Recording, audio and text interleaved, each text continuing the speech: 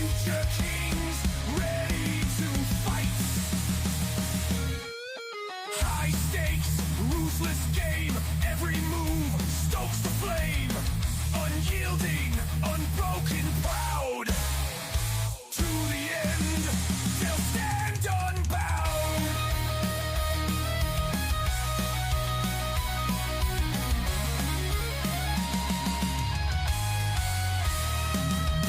Eyes of steel, hearts of fire. In the ring, raw desire. Lines are drawn, no retreat.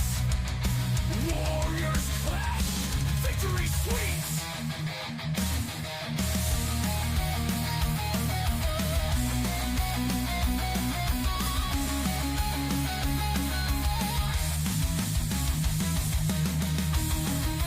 Hey everybody, it's Matt Michaels here on the DeFalco Files with the owner and creator of FSW, the featured stars of wrestling here in Las Vegas, Mr. Joe DeFalco. Joe, 7 weeks have passed and not a single change as to what I could see going on in the world of FSW or pro wrestling. So we don't have much to talk about. No, not at all. It's crazy. They just, the big news today, Hulk Hogan. It was last night, right before I went to bed, because I've been hearing some conflicting reports over the last 4 or 5 days. Bubba the Love Sponge was like, oh, he's on his deathbed. And Eric Bischoff's like, no, he's fine. And then then it was quiet for a couple days, and then last night I was reading more, and I'm like, this seems to not be going away, and you're not really getting much. And all of a sudden I woke up to like 3 messages. Was like, is Hogan dead? Holy shit, Hogan's dead. It's like, what the fuck? And it's like, yeah, it was kind of like the Ozzy thing. It broke right when I just went on the Facebook, to where it almost seemed like a hoax. Right. And some people were saying, oh, there's a hoax that Ozzy's dead. And then I clicked off the Facebook because you weren't really seeing anything, because I guess it just had happened. So then all of a sudden it was like billboard.com, and it was like, oh shit, this is real. And I was telling anybody who was listening, we were talking about the Ozzy stuff, that when he was singing Mama, I'm Coming Home, it was like, man, it sounds like he's ready to go home. Like, you could just see like the end was near. And now you're seeing stuff with Ozzy was like, he was staying off the painkillers so he can perform. And you're hearing stuff that was just like, man, it takes me back to like when the Ultimate Warrior, hung on to the Hall of Fame thing, and then the next day he was dead. Like, holy shit. And it's almost like the Ozzy thing, to where it was like he hung on to the last breath to be able to do the concert, that there was some rumors that it might end. And now you have Hogan. I guess he had some neck surgery, and then all of a sudden it was like there seems to be some complications, but now everybody's staying quiet about it. Right. And then it was like, wow, regardless of what you think about Hulk Hogan as a person, we're all in this wrestling business thing, and he was the reason it was as popular as it was. I remember going to my buddy Sal's house to go watch Hogan versus Warrior, and it's me and him, and then his wife was there with like her female friends, and we're, I believe it was what, 83, 84? No, Warrior Hogan was 90, but holy shit. So I'm 25 years old, and we were in the room going fucking crazy because, we hated Hogan. Everybody, we were dying for Warrior to win that match. And they looked at us like we were fucking lunatics, screaming our heads off. And then when Warrior finally won, it was like the greatest moment. Or when with Savage and Warrior and Hogan and all that. And it's just like, it's your youth. I remember seeing Ozzy with Metallica opening up for Ozzy. probably maybe like 85 at the Meadowlands. So it's just like, wow, like to be 2 days later, Hulk Hogan and Ozzy Osbourne, and then it was the day before Malcolm Jamal Warner. It was like, oh shit. Like for a guy I wasn't huge, like I wasn't big into the Cosby Show, but you knew him. I liked him. He was on that show Alone. I used to that I watched this couple months ago, and looked in great shape. Everything was going well for the dude, and it's like fuck, and I'm coming up on 60 in 2 days, and it's like, man. Some of that negativity that goes out there, it's like, man, I hope those people who don't like me can like shut the fuck up for like a day and let people like who have nice things to say about me, say them. Yeesh. Well, just count your blessings, and don't come out and say anything publicly that will ruin the legacy of Joe DeFalco. Oh yeah, somebody will ruin how I fucked him over. I know I got my posse. I know I got my crosses and my hammerstones and the bays and the limelight. So, and then Brian Cages who'll put me over. Right. But I know those few who didn't get pushed to where they think they should be pushed, yet they've never been pushed anywhere else. It's funny how there's like not a person that's like really made it huge in the business that Joe DeFalco didn't like use. You know what I mean? It's like, it's funny that maybe you just weren't good enough. Yeah. You don't hear Solo coming out and saying, boy, man, if it wasn't for Joe DeFalco holding me back, I would have been here 3 years earlier. Man, I can't believe I lost to Spider Warrior. Oh man. Speaking of your birthday coming up here on Saturday, there's going to be a moment of truth going on at the arena, which will be a big card, but also a kind of a birthday celebration for you and the other birthday boy in Ricky Tenacious. So we got 4 matches set so far, correct? We now got 7. Oh, 7. Okay, so we got the former Hero Lou with Kevin Koa going on. We've got Pretty City Express and the Po Boys. And of course, Ricky Tenacious going for the No Limits Championship. Yeah, that got switched out. Bryce Saturn at the last moment after we were promoting it for 3 weeks. We were like, "Oh, bro, I forgot I'm going to be back home in North Carolina." Blah blah blah. I'm like, dude. First off, we talked about this at the anniversary show, and we've actually, for the first time, advertised it for like 3.5 weeks. Okay, maybe not 3.5, but it was a week and a half before, so we actually had the flyer out for 2 weeks. Like you didn't know you're going back home. It's like, dude, what the fuck? So we made a switch. Being it was Ricky's birthday, I didn't really. So the only person who loses out on Ricky's birthday is Brandon G, because right now he don't have a match. Right. So, but Ricky, we needed a match for Dante King for the No Limit. So it's like, hey, you know what? Who better than Ricky Tenacious to sing happy birthday to everybody? Is it possible we see Ricky Tenacious become the No Limits champion, or do we have a better chance of seeing a birthday cake in the arena and Ricky getting a face full of cake? No, we don't do arena cakes on the concrete. Somebody tried to do that. Ed was trying to do that, and Rocky was motherfucking him like, if you fucking do that, bro, you're gonna be fucking in problems. Cleaning that shit up's the worst. Yeah, no kidding. That frosting does not come out, dude. Yeah. Speaking of, is Rocky okay?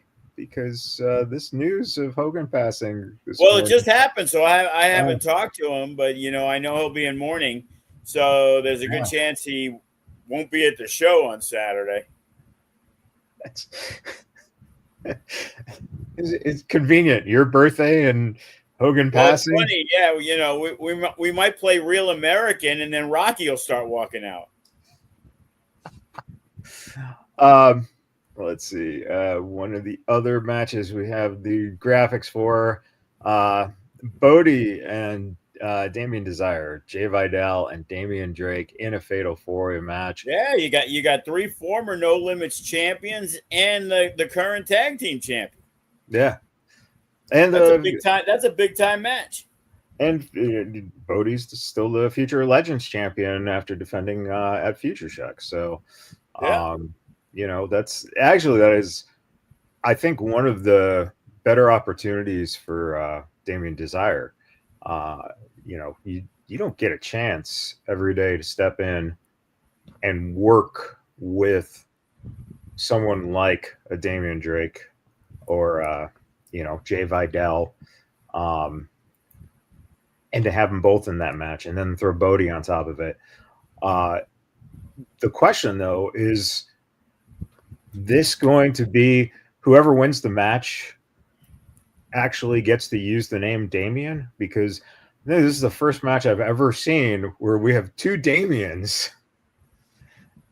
And will Jake be able to do the commentary without getting confused on which Damien he's calling? Well, if Bodie wins, I'm pretty sure he doesn't want to use the name Damien. Damien Young Prodigy. I think it has a nice ring to it. Yeah, it's kind of, we're not like the WWE where we can only limit one first name. Lance Cade became Garrison Cade. They had to change that. And, Shane Helms couldn't be Shane Helms. He had to be Gregory Helms because imagine that. The wrestler couldn't be Shane Helms because the owner's son. So that's like, if we had a guy named Joey, we'd have to change his name. Right. So. When you looked at putting that match together, what does that match do other than the opportunity for these guys to work each other in terms of going forward for, Silverton? Because, looking, Damian Drake, Jay Vidal, obviously Damien Desire, he's got the tag championship. So he's already, potentially, going to be on a match on the card, but, Bodie as well. Is this positioning these guys to potentially get something when it comes to August? Well, everything is twofold. We're putting together Moment of Truth. The idea of Moment of Truth is to set as much up as we can for the survival of the fittest. Right. So Kevin Koa and Hiro San Lu, that's a perfect match right there. That's a match that the MK Army and Hero have had their issues. So okay, we could take that and hopefully fast forward that into what's going to be next in that situation. Okay, and then in the tag team division, Po Boy's just kind of coming back. Pretty City Express, they got the name change. We haven't seen Class and Reno, former champions, in a while. Well, we're going to have some kind of tag match at Survival of the Fittest. We got a lot of tag teams. The Mariachis, the Suavecitos, Sky High, Saturn and Desire, Lights, Camera, Faction, and it's like Greatness and Tenacious. They were supposed to get the title shot. Things happened a week and a half before. They got changed up because of it. So it's almost like, it's like a playoff game. Pretty City Express versus Po Boys. Whoever loses is on the outside looking in for possibly being involved in the tag match at Survival of the Fittest. What that match is going to be could be a gauntlet, could be a 4-on-4 teams like we did last year, survival type match. Those are the two options that we're looking at. So that's where that match goes. For the four-way, it was kind of like, okay, well, Bodie's going to be there, and Jay Vidal's going to be there, and it's like, interesting. And then we got Damian Drake's going to be there. Now, Damian Desire obviously got added to the last, week. So the idea, I wanted a four-way. So the idea was trying to find a fourth guy. And, Evan Daniels is going to be there. Lou Curtis is going to be there. So the idea became, well, who it's going to be? And then when Damian Desire fell into our lap because he was going to be there without Bryce Saturn, what am I going to do? Have him come all the way in from Arizona and not have a match? So sometimes it's about, you know what? Let's have this match as a really, really good match. Like, I'm excited. That's one of the most excited I am for the matches on the show. And, to see where you're at. Damian Drake, he's had some struggles since losing the No Limits Championship. Jay Vidal, he's been involved with Bateman, who will be there, but not in that match. So we don't know what's going on. He's got the cash in the case, but he'll be there. So we're going to have a good match. And whoever wins that match is probably going to move on to something.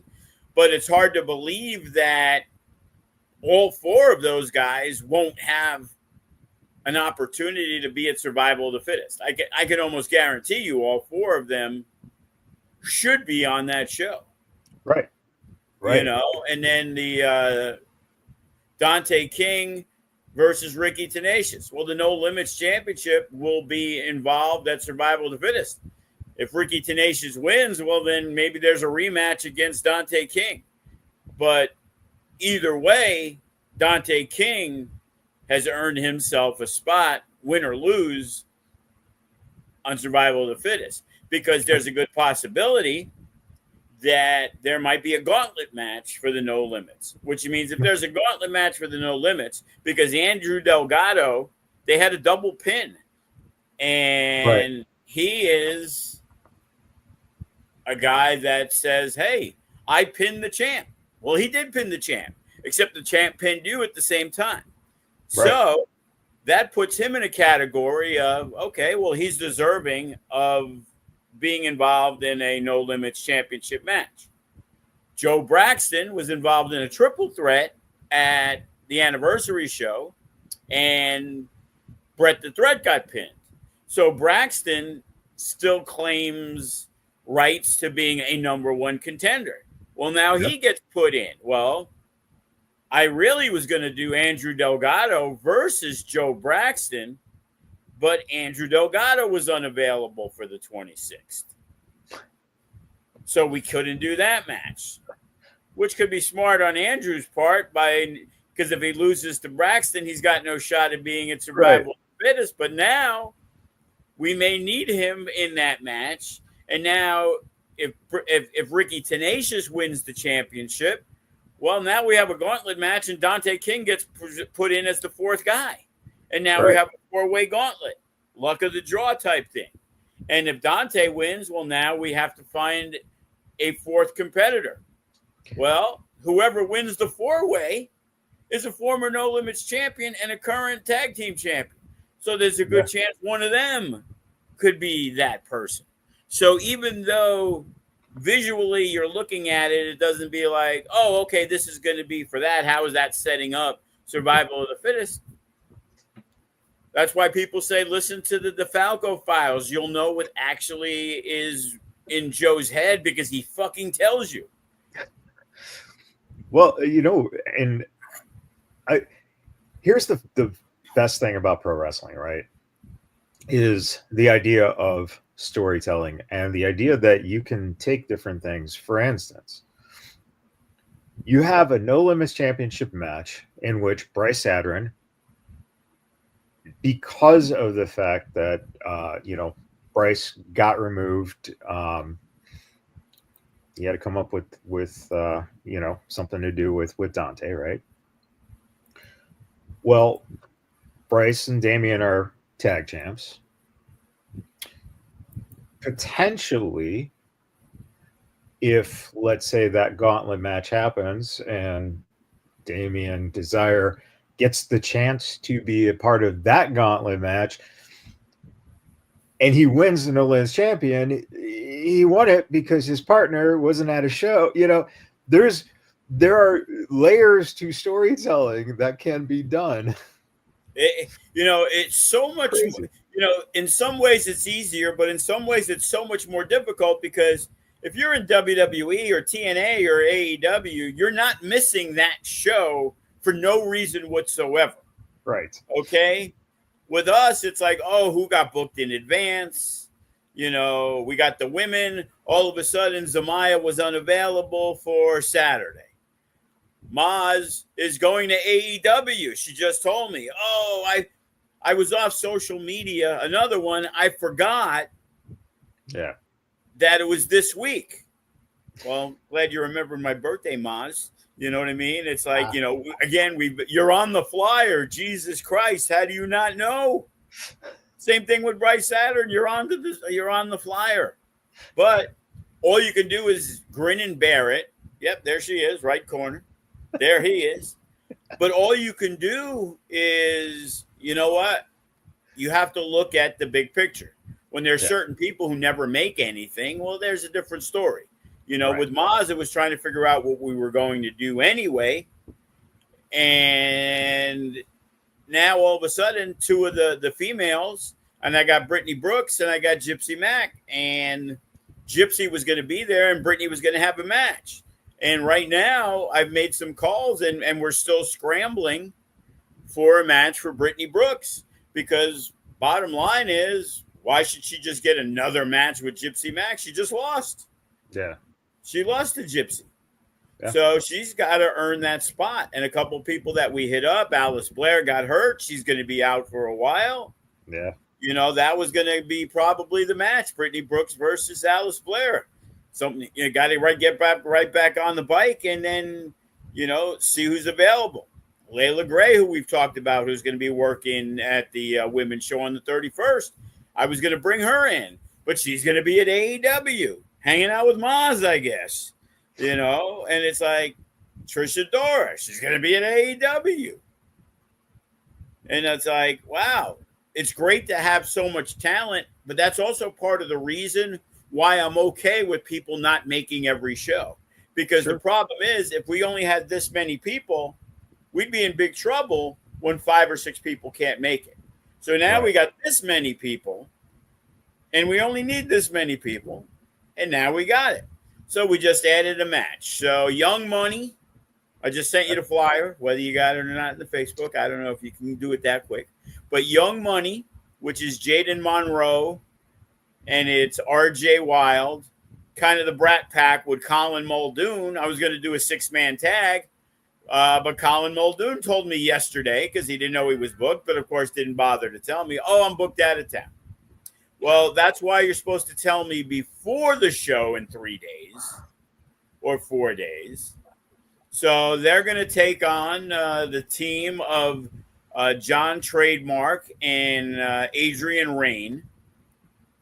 And, for those of the one people, maybe Adrian Rain's family who remembers, here's something extremely hilarious that I got to put out there. Because we talk about the dumbness in people. And I've always talked about Rainey.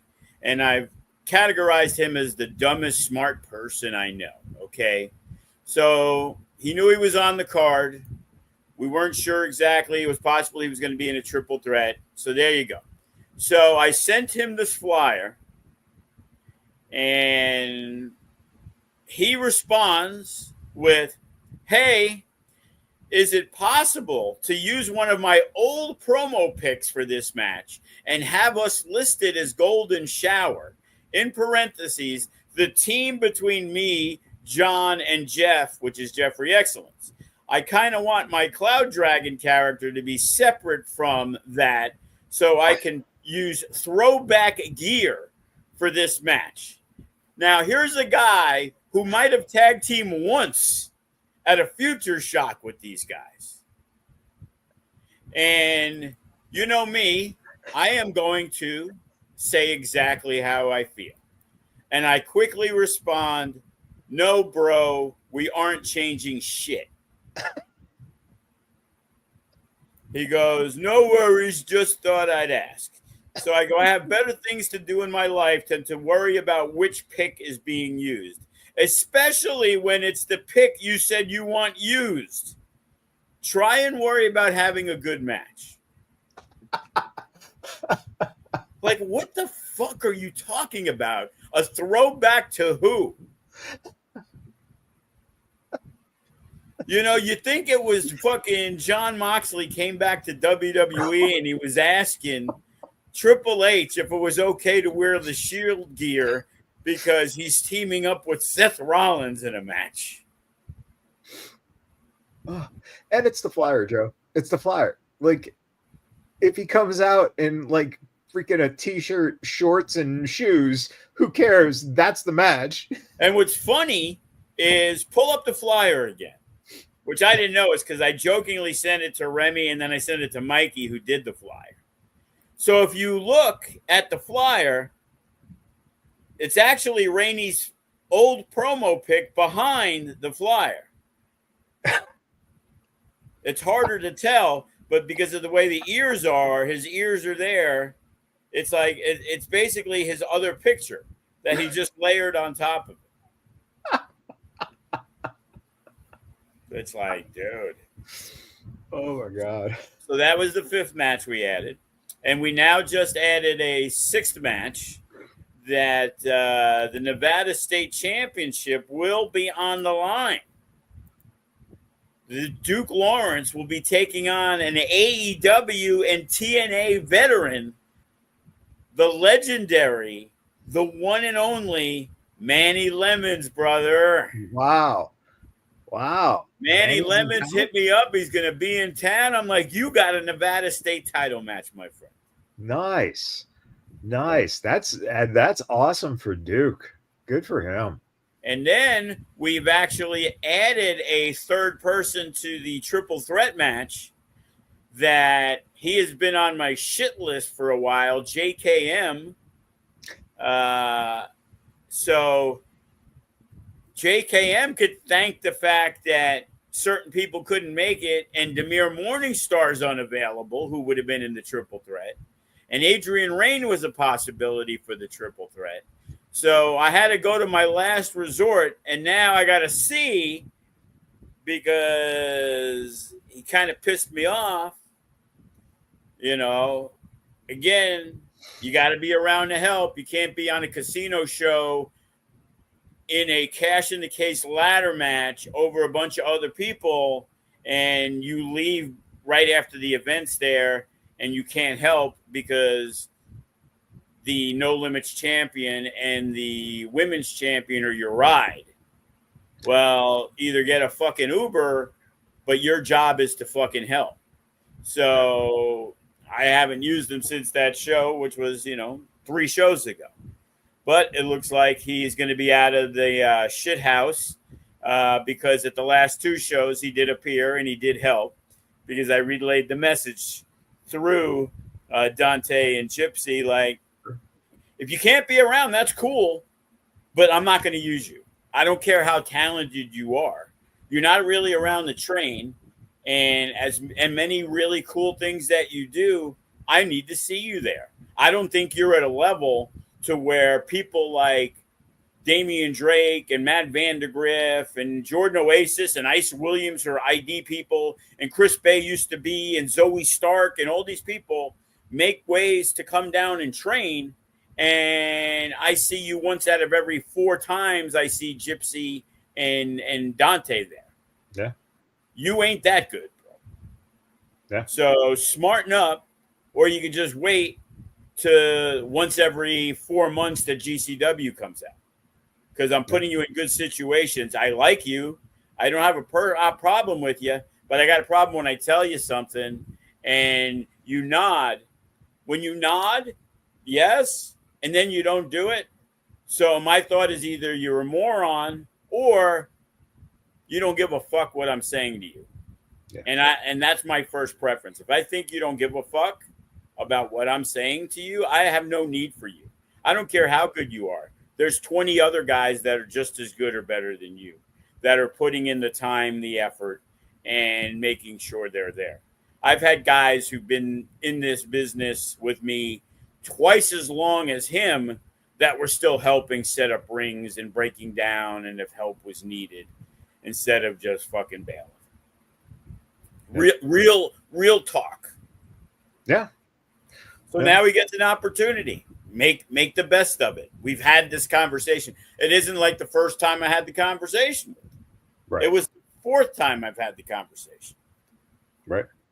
No, it's, and I guess the most frustrating part, I think, and I'm sure you'd agree, being around it for so many years, we've both seen where you have people who have extreme talent who just that doesn't click in their head yet, and then you have others who have nowhere near that talent, who are doing everything they can to help out, to do what they can, just because they're grateful to be there and they have the desire and want to, maybe even the self-awareness that maybe they're not that great at doing it, but this is what they want to do. They enjoy being here, and this is, something that they, hey, if I'm pulling beams or, if I'm wiping down seats or sweeping up floors, I'm part of this. And I think that that's the thing that,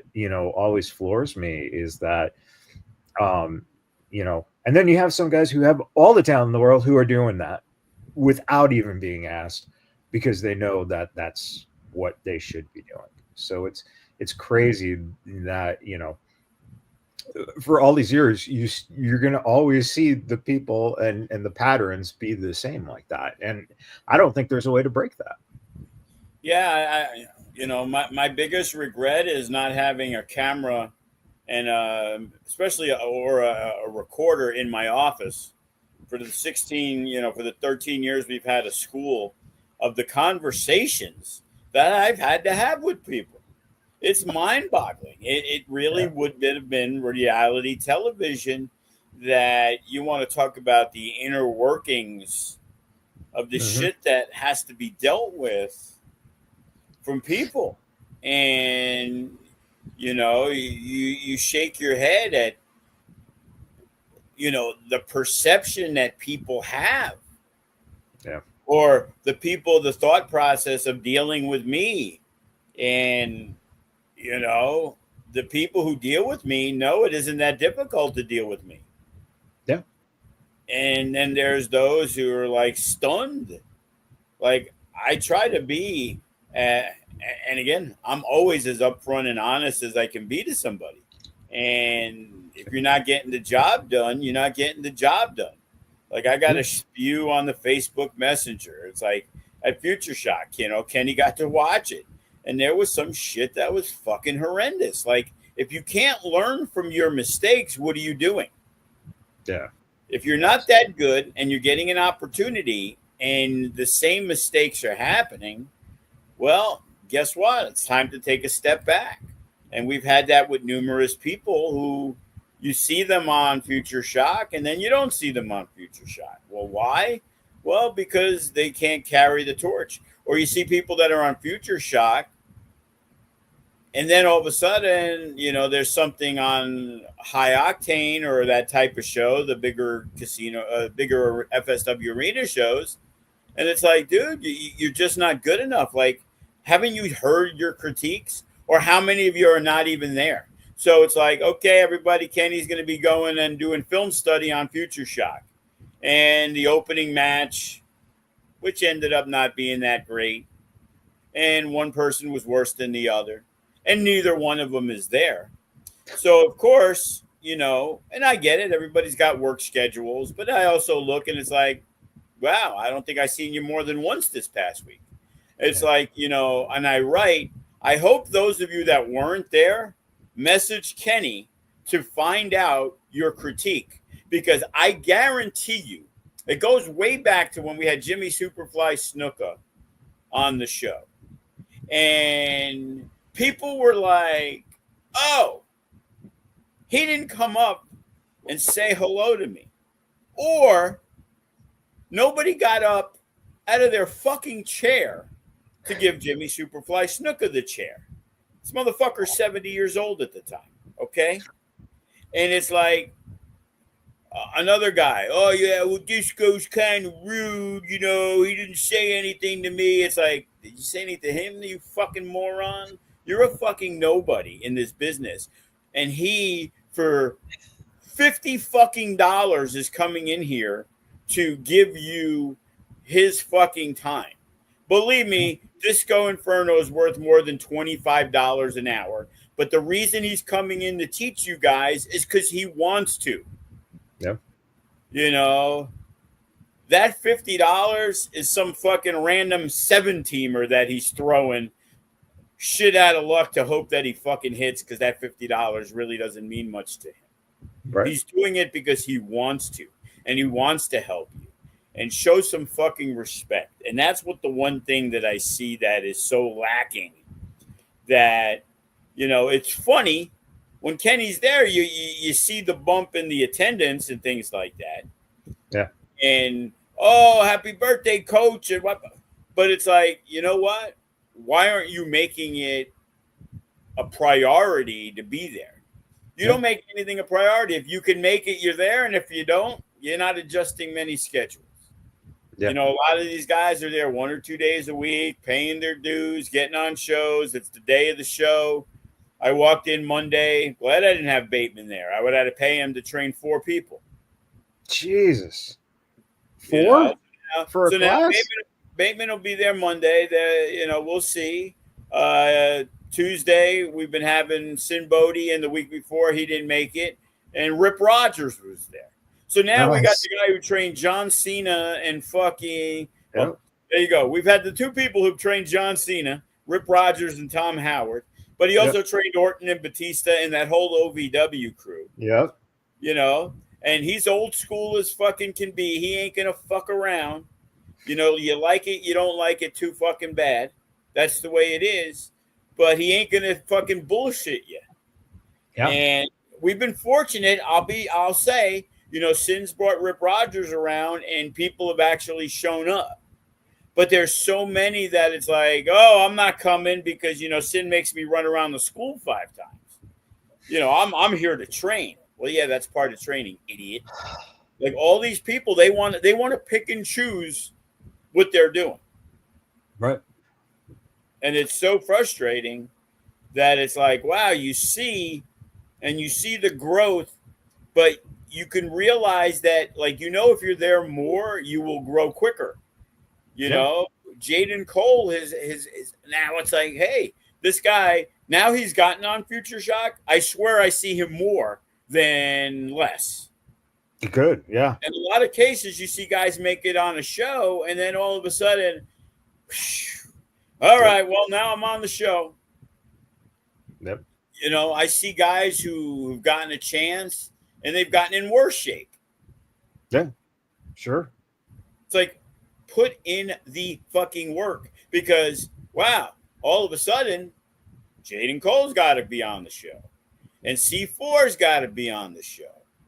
And, you know, Brandon G's killing it, man. I'm putting over Brandon G, you know. Oh, yeah, man. Being with Ricky and all that, Brandon G was always that guy underneath. But now Brandon G's a guy that, and it's not a derogatory term, but to most idiots, it is.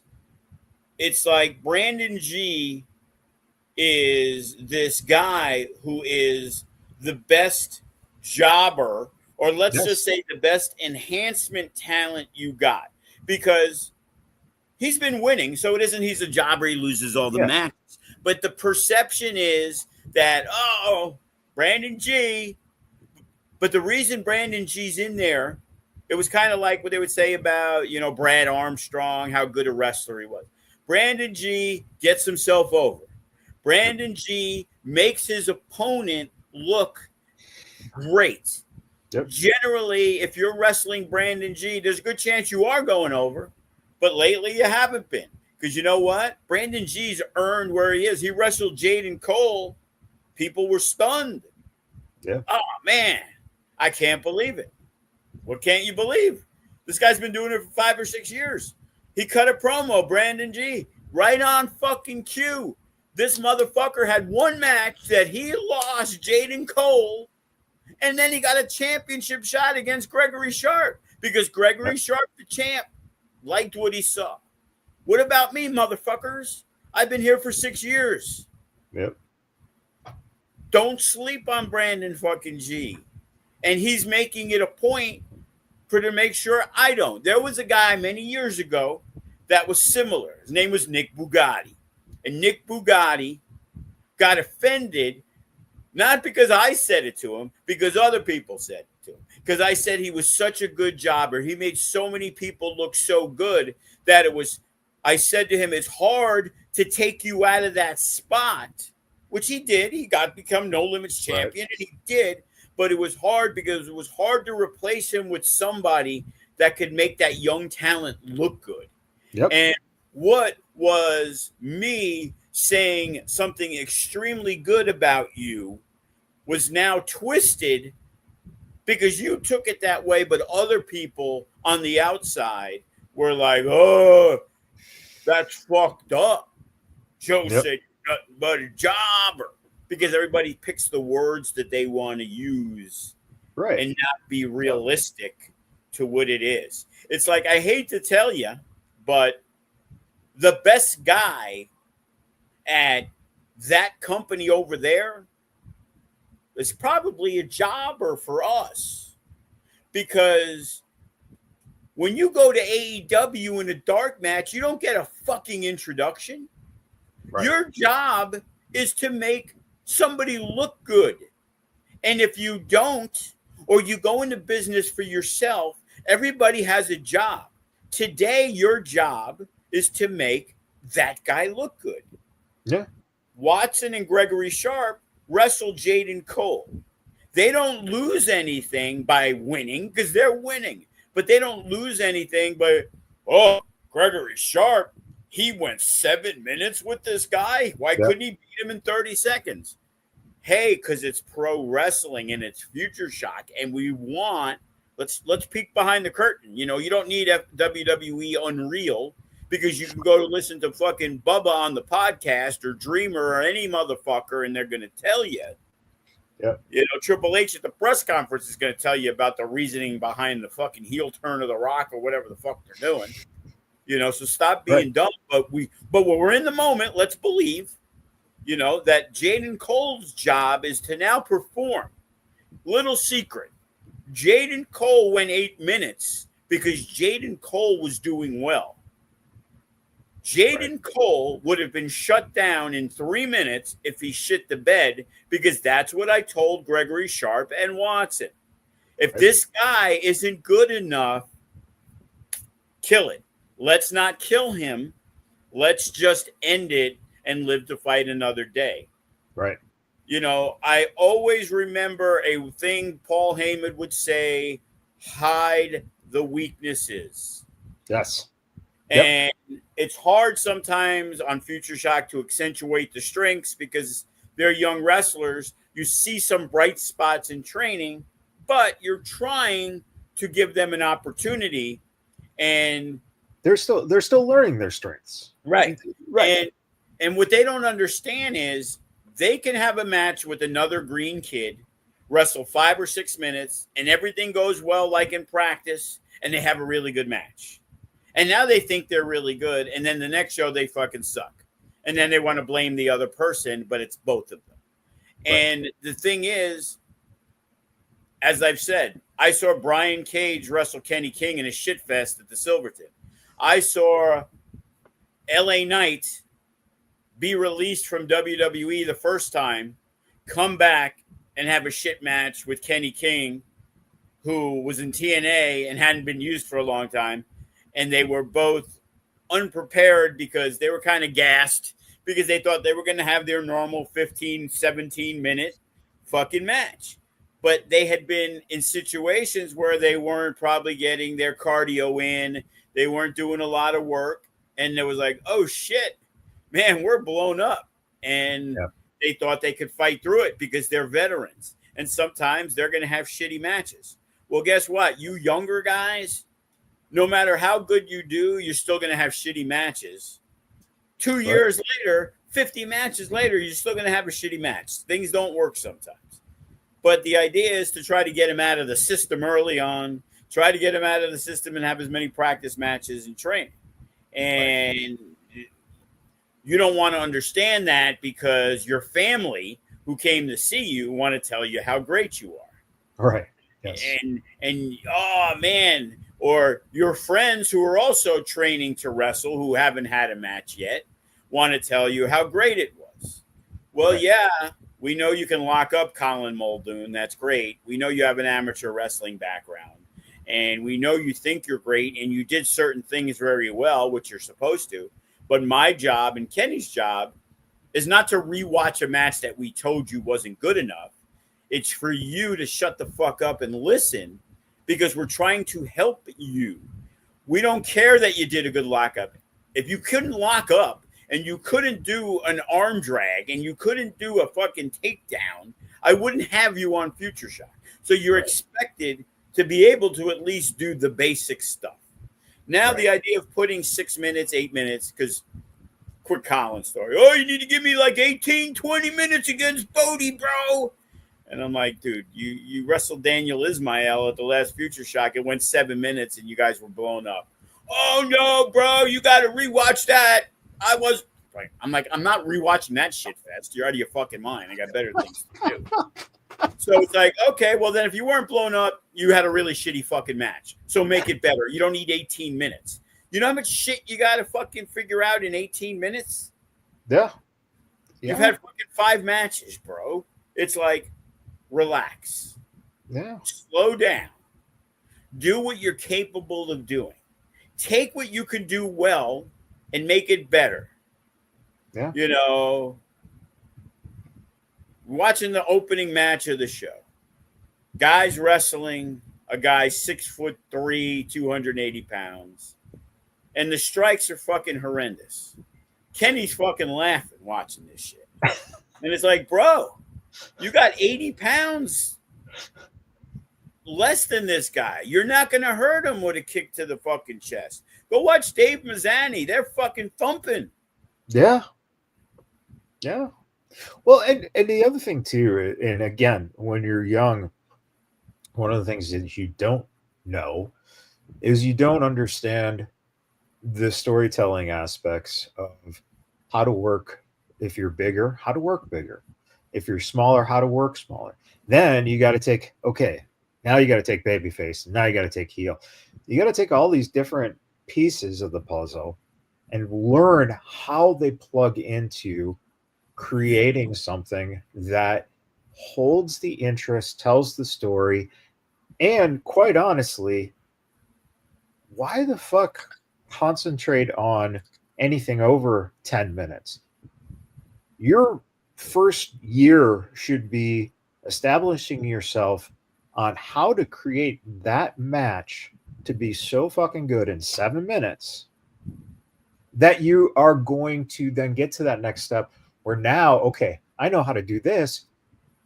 Now I want to learn how to tell a 10 to 15 minute match. You know? better be fucking great. You want to go 12, 14 minutes, man. You got to keep people fucking enthralled. Go watch Jacob Austin Young, how he's changed, and Danny Limelight, and even Ice Williams, and when Chris Bay, and all this stuff that, you know, because Chris was different because he got signed pretty early.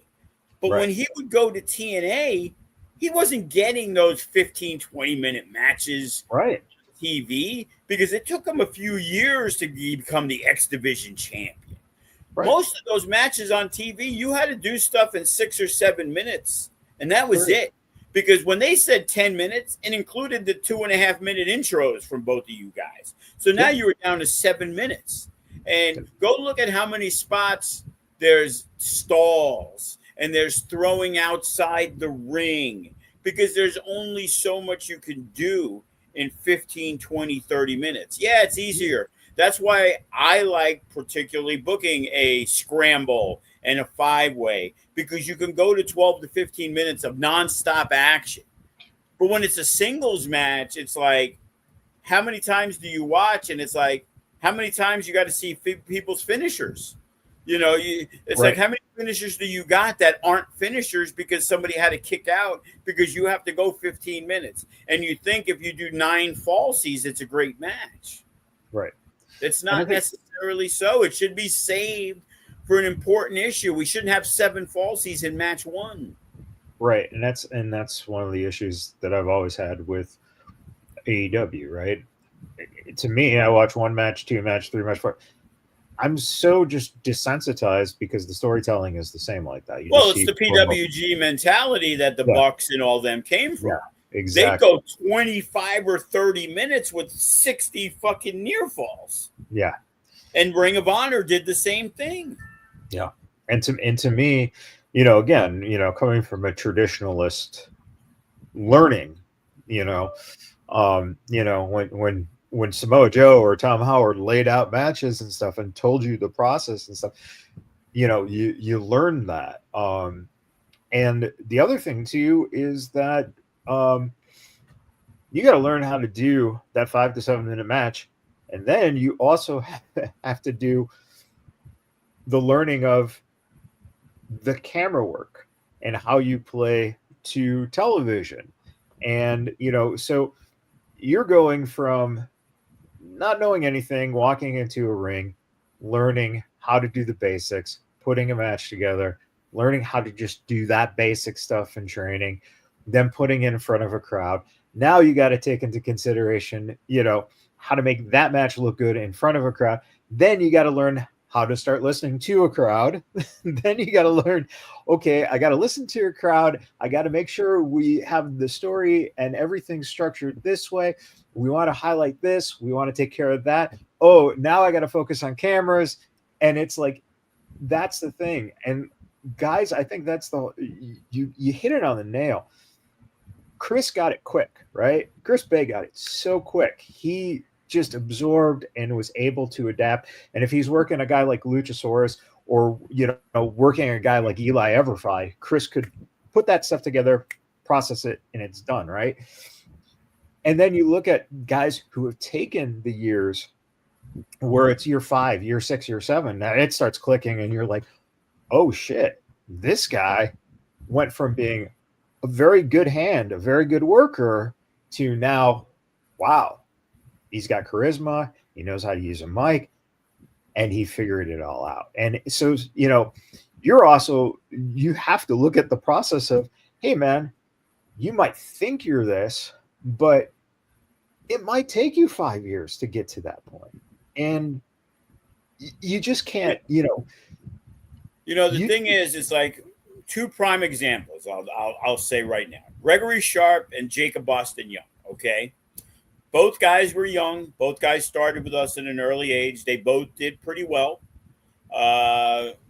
Sharp and Jacob Boston Young. They kind of rose the ladder. Sharp never won the championship. Jake got in early, and with no limits, he was in the following, and that was kind of his thing. So, but we're now probably 3, 4, 5 years into Jacob Boston Young, maybe. But their goal was to be in the biggest companies possible. Okay, Right. Now we're probably in year 8, year 9, and Sharp was hyper streak and kind of lulling. I'll be honest. He had all the tools. He was a really good wrestler, little undersized, good on the mic, but the hyper streak character kind of stagnated that. right. And when we finally broke him out of it, and regardless the situations that it resulted in, that was the catapult, because he started with us at 19 years old, 13 years ago. Okay. And it took him 13 years to become the FSW heavyweight champion. That's unheard of. Okay. But if you look at Cody and Remy, all these guys 10, 12 years later, they were at the top of their game. Gregory Sharp, it took 10 years, got to be on the New Japan Strong shows. Jacob Austin Young, now he is making a career in New Japan where we thought, honestly, that the ship had sailed. Yeah. And then we go back to the same thing of, hey, Ryan Taylor was the same way. Yeah. LA Knight was the same way. Brian Cage, if it wasn't for Lucha Underground, who knows? How many years had he been plodding along? 6, 7, 8 years? He had already been in developmental and lost out. Yeah. Right. And then finally, then became big in TNA. But this is usually a really long stretch to get you to where you're at. And now, to me, Jacob Austin Young is no better than he was 4 years ago. Right. But for whatever reason, all those, and again, it's probably the little things that go over my head that he was lacking to, say, Rocky Romero in New Japan. That they felt he was good, but not good enough. For example, we never used them, but they started getting a big thing. Kyle Fletcher, the Aussie Open. Right. And then they got to be on the New Japan Strong shows, but they weren't doing anything in Japan at that point. And all of a sudden, they kind of exploded right while I was having conversations with them when they were at the New Japan show in, 3 years. Yeah, 3-4 years ago, right? Yeah, and they were like really that big on people's radars. It wasn't like, oh my God, these guys are going to be the next big thing, And all of a sudden, they became a big fucking deal, right? Because it clicks in. As good as you could be indie great, and indie great was Eli Drake, LA Knight. He was indie great. And then when he came back, even though he got blown up and had a shitty match, he came back a guy who was always in good shape, always had good gear. Now he came back and he looked like he was a guy that was just in the Fed, just in the major leagues. His gear was another level. Yeah. Chris Bay I always talked about, because Chris went from whatever he could afford, which was pretty much nothing, to when he could afford it, some of the best gear imaginable. Yes. And there's certain times you see things. It was like, I remember, and again, she's doing okay, nothing huge, but Christy Janes, I remember, I liked some of her work, and I saw her, and it was like the gear was next level. It was like, wow. You see that gear and you see that person walk through down the aisle, and you think, was she in AEW, TNA? You would think that she has everything to it, and it's so important, the presentation, and that's what changes from being in a good indie worker, a top indie worker, for distancing yourself, and that's the difference from being hey, you're a dime a dozen. You might be good, but I can use 100 people like you who aren't going to bump the needle. Big thing on Facebook, like some guy out of his mind, a promoter. Well, nobody's worth this, and like, why should we guarantee anything? It's like, well, you got to guarantee stuff. Well, you're not going to guarantee nobody $400 for an indie show. We know how that is. But everybody works based on the value of what it is. Danny Limelight worked in FSW in exchange for maybe a few more dollars working somewhere else, the opportunity to be seen. That's why he made his name in, reality of wrestling, or he'll go to the United, where he feels that there's going to be more eyes on him, and maybe he's going to give up a few dollars because he's still going to make a few dollars working that other show. He just won't take it if there's a A-list show.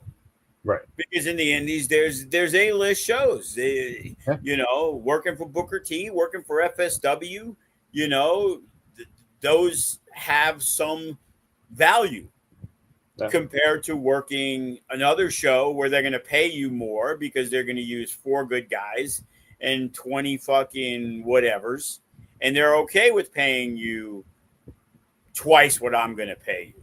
Right. Because their budget's still going to be less than mine because I'm trying to make sure I have 12 guys that are capable of a show.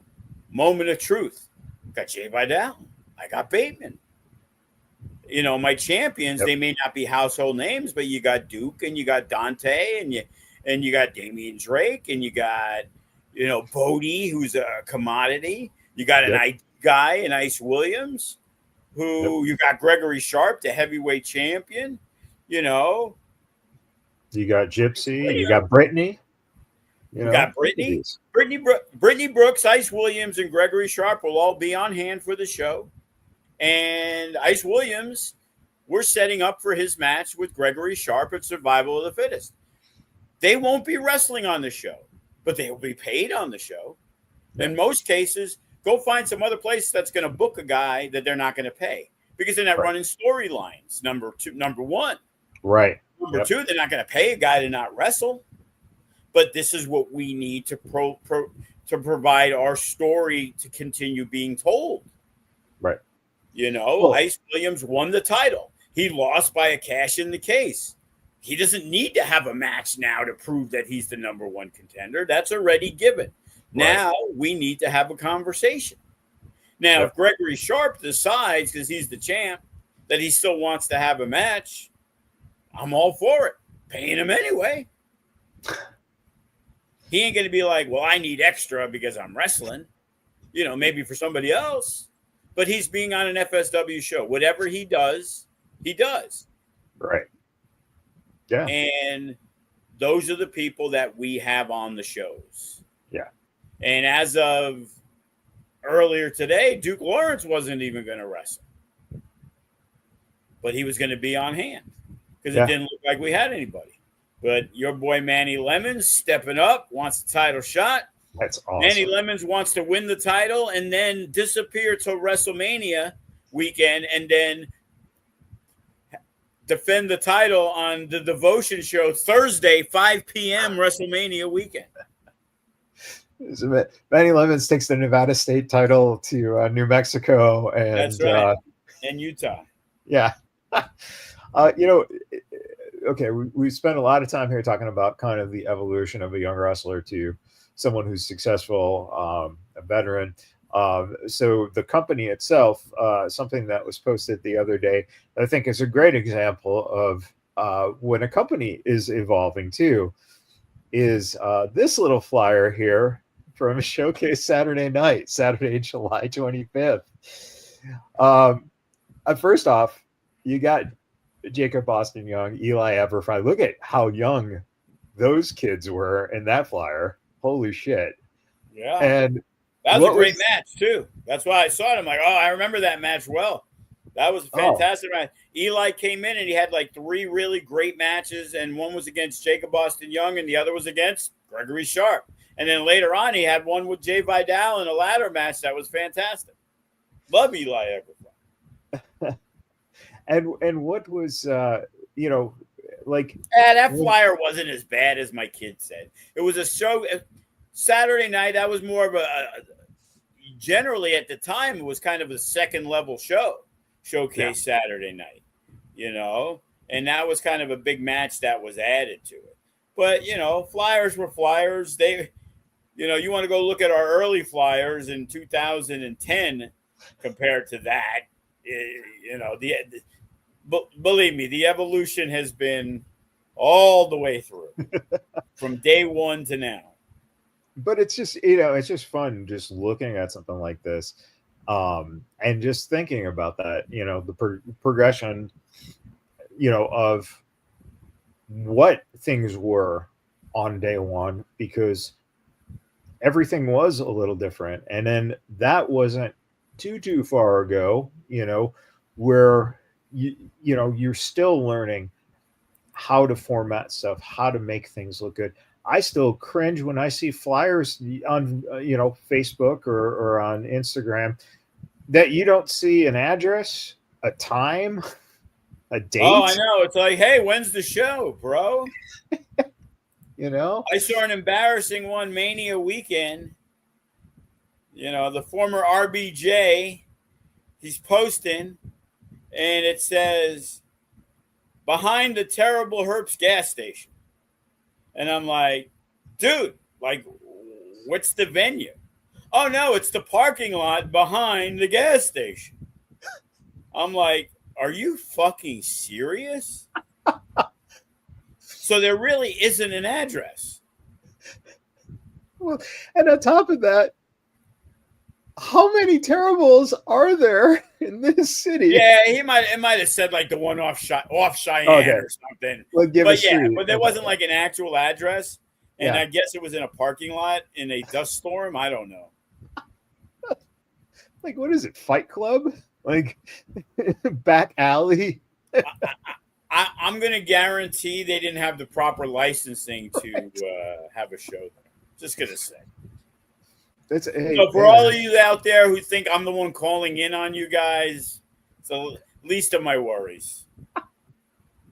I'm thinking WrestleMania weekend we make a few bucks by doing a DeFalco backyard brawl, where it's like 3:00 in the morning, your backyard, like maybe 5 matches where it's just bare knuckle, Well, as long as they're not hitting the mat, because my neighbors wouldn't be too happy. No, just a backyard brawl, man. It would be fine. Hey, if we can make some money off it, that's the goal this year. How much money could be made Mania weekend? Yeah, seriously, exactly. I got some big thoughts, man. I'm waiting for some phone calls back. I got one spot that I'm looking at for a Mania weekend on a Thursday evening. Oof. Uh-oh. That would be the biggest attended show in the history of independent wrestling in Las Vegas, let me tell you. Really? Wow. Oof. Yeah, see, now we got to watch what we hype up over the next year as it ebbs and flows of, well, that fell through. Well, while you were gone, also, I want to announce, because, I was the first to like rag Triller TV, while you were gone the whole time, waiting on my money, I actually got paid for January, February, and March. So thumbs up for Triller. Do you think Brett had anything to do with that? Because didn't Brett come out and because Triller got grilled on social media over not paying out the back money to people. So when was this? About 2-3 weeks ago, something like that. Yeah, I don't think I saw that, because I saw one a while ago when I checked, because we hadn't gotten paid and you haven't been around. And in June, I was told specifically I had to have a Zoom meeting to tell me how important we were to the company. Oh, and it's my like, God. yeah, to Triller, we're very valuable. FSW, we're one of the top ones. It's like, okay, you guys deal with TNA and AEW and GCW and bare knuckles. I highly doubt that I'm a major factor, And I see what we bring in. We don't bring in huge money. Obviously, the Chris Bay stuff and WrestleMania weekend, because of the 3 shows we did better than we normally would. So we're still owed for the Mania weekend. But, on the average, we're not making that much. So it ain't that big a deal. But this was important money that was owed. Oh, I guarantee you we'll get you at least caught up until, January, February, March. Because, it's a 90-day policy. I'm like, well, since when? First off, when we signed it, it was every month. Right. So now you changed the policy that wasn't in the contract just because? So I'm like, well, what the fuck? And at that point, and this was before, like, I was already talking to Title Match Network, because they do a lot of the women's stuff and they pay a flat fee and they give Ed, the Poder shows, a decent amount of money. So I reached out to them thinking, hey, for a live stream, Triller is based on minutes watched. Right. And you got all this competition and stuff. Well, the other one gives you a flat fee. So there's certain big shows that we would make more money on Triller. So I'm not looking to go anywhere, but a future shock, they're going to pay me more probably than what I would make on Triller. So It's like, okay, so we signed to do the first Triller show. as Future Shock. And we were going to do the women's show because they pay better than the average live stream. The women's show, they pay more. Okay, no secret. So we have August 31st. Okay. So now we're into June, and now it's the end of June. And it's like, hey, bro, what's going on? You said I was getting paid by the end of June. Oh, I'm going to forward this to the COO. Okay, that's not what you said. You said I was guaranteed. You promised me I was going to be paid. So this was like June 28th. I'm like, okay, I know there's still 2 more days in June, but I'm betting I'm not getting paid in June. So he's going to forward this to the COO. 10 days later, I don't get a message from the COO. I'm like, hey, bro, it's been 10 days. That message you said the COO was going to reach out to me, I did not receive. So now we're into like July 6th or 7th. So now it's July 15th or so. Jeez. Hey, bro, I'm really trying to be patient here, but you're really making me lose my trust in wanting to deal with you. Because at this point, I have now announced we're going to do Moment of Truth on title match. Right. Because why do I want to keep getting far behind? Oh, I'm going to forward it to the COO. I'm like, you said that last time, and that was 3 weeks ago. And then he followed up. He's like, oh, I just got word. And then I saw the message from QuickBooks, because that's where it gets sent, that a payment will be coming, and of course, the payment don't come tomorrow. Your payment will be received in 6 days. So on July 21st, I finally got my payment, which is funny because, okay, it was the 90 days behind or whatever you want to say, January, February, March. But now that we're at the end of July, you still should have given me April's money too. Right. But, I'm not going to complain because, of the money they owe, we got 75% of it. So at least we got 75% of the money. So now I don't feel as bad as if we get fucked over. But it's like, it's pulling teeth. It's like, that's not how business should be dealt with. And I even hit up Brett from GCW. I'm like, hey, you getting paid? What's going on? Are they paying people? And he was like, yeah, but it's slow. Right. Yeah, but it's slow. That means you're still getting paid. The difference is you're getting paid a lot of money. So thankfully, they're going to still give you a lot. But the difference is they're probably losing out on way more money than we are, because I know what we make, and we hear the rumors of what they're getting for the year, which breaks down to more than I make in the entire year for their month. But they're also running 10 shows that month that they're counting on the money from those 10 shows to offset.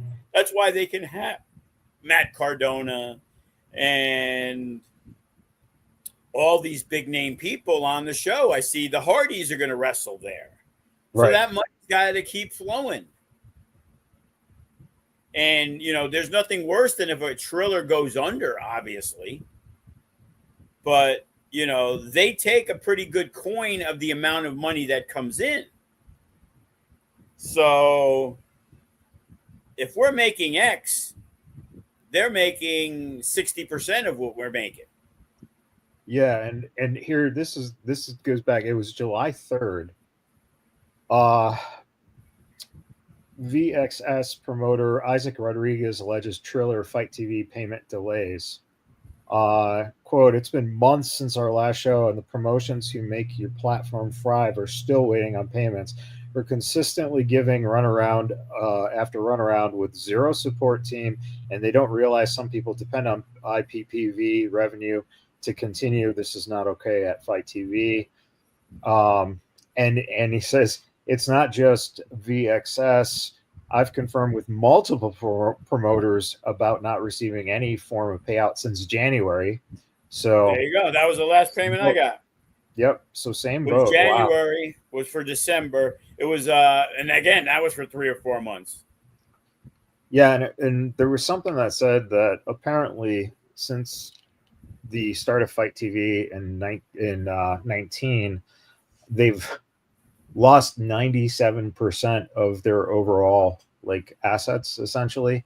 So basically, there's some big trouble going on with, their stability as a company. But it seems like that pressure of early January or early July must have gotten some ball rolling to save face, and that's why Yeah, because literally 2 weeks later, I got my money. you got paid. Yeah, and I'm sure they probably had to scratch. Oh man, damn. Well, yeah, you don't want to see Fight go under, and if Triller goes under,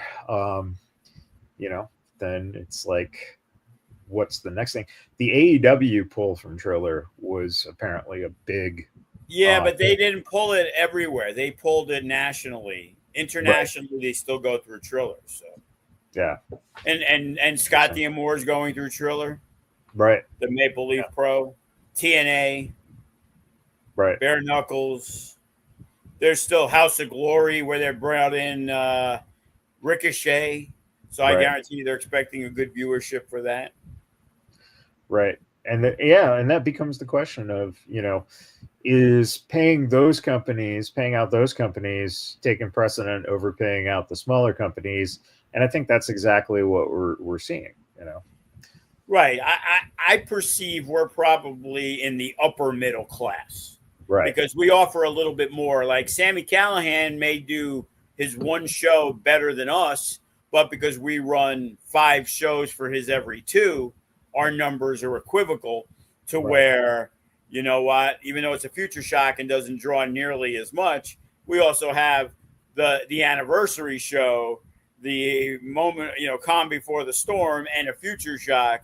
Now that equivalent is pretty close, especially especially if we're in that quarter where we're doing the casino show, because that's always going to be the bump, usually double of what we get from like an average show. Right. Yeah. All right. Well, again, the moment of truth is this Saturday. If you listen to this show, is the moment of truth. Yeah. Yeah. A lot of truth bombs dropped in this one. A lot of little things that some of the guys can pick up on, and maybe might have to put the link on the actual student page for them to actually pay attention. Hey, you really want to know what's going on? Since you think you guys know everything, I'll walk in the office. Oh, I heard this. Like, where are you hearing this shit from? When I talk about a show and I'm like, hey, we're looking at this. Why is anything a guarantee? I'm just talking. Like, if you're going to have a match, I'll let you know you're in a match. You don't, not some 3-month student isn't going to know your match before you do. Well, Joe, just it's funny in this day and age with smartphones and technology and being able to, message and text each other. Just some of those guys still like to play the old telephone game from ear to ear and tin can to tin can, man. That's what it comes down to. By the time the message gets to them. Everybody loves to gossip. Yep. All right. So again, it's 7 p.m. at the FSW Arena, and you can catch it on Triller if you're not in town or not able to make it out. No, it ain't on Triller. It is on Title Match. Title Match, sorry. Do you have the wrong flyer? Yeah, probably. I didn't know this. Yeah, we have one. the other flyer. It's on Title Match. Yeah. Yeah, that was Steve must have put that one in the other week. Yeah, Mikey did the first one. It was initially. That's why I told him on this one to leave it blank. Yeah. And that's, again, Survival of the Fittest. It's going down at the Silverton Casino on Sunday. Gregory, G Sharp, Ice Williams, main event. What the match will be, come by Saturday and you'll find out. Yeah, Sunday, August 17th at 5 p.m. And again, yeah, that's I'm looking forward to what the stipulation is going to be. It'd be crazy at Survival of the Fittest. The stipulation is whoever pins the other guy wins. It'll be the only non-gimmick match. That has been brought up. I'll be honest with you. And that's the gimmick? Is it's a non-gimmick? It's a regular match. Yeah. Actually, Yeah, we have to throw out Iron Man because that was the headline the last match. Right. So when you think of survival of the fittest, a gauntlet's a survival if you have to start at the beginning, you Right. know. So an Iron Man match is probably first and foremost the ultimate survival of the fittest, the grind of going 60 minutes, whatever. But we just did an Iron Man, so we definitely won't do that again. So the question is, can we come up with something exciting and, go from there? Yeah, I mean, that's oof. We will have a gauntlet match. That is a guarantee. Yeah. So depending on either no escape, the no limits or the tag team. So, and then we'll have Survivor Series type matches where there's elimination. And then there'll be some that may be one pinfall wins in a 5-on-5 or 4-on-4 or whatever. Yeah. So we're still putting the gimmicks together. We like to look at the old stuff that we did in the past. We've done tournaments, so you had to get through 3 guys to win it. It's always trying to be something more than Survivor Series matches.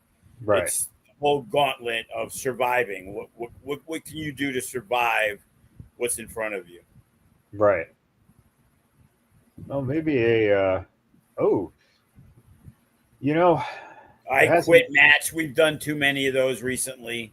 That's a survivor match. There hasn't been a casket match in a while. Yeah, that's not a survival type thing. Well, There hasn't been a Russian sickle match either, but that doesn't mean we're going to do one. Oh man, if you bring Greg as a Russian sympathizer now, debut his new character. There you go, Comrade Sharp. Come on, man. Yeah, it's got money written all over it. Oh shit! All right.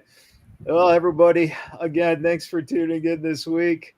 And until next time, take care and happy wrestling, everybody.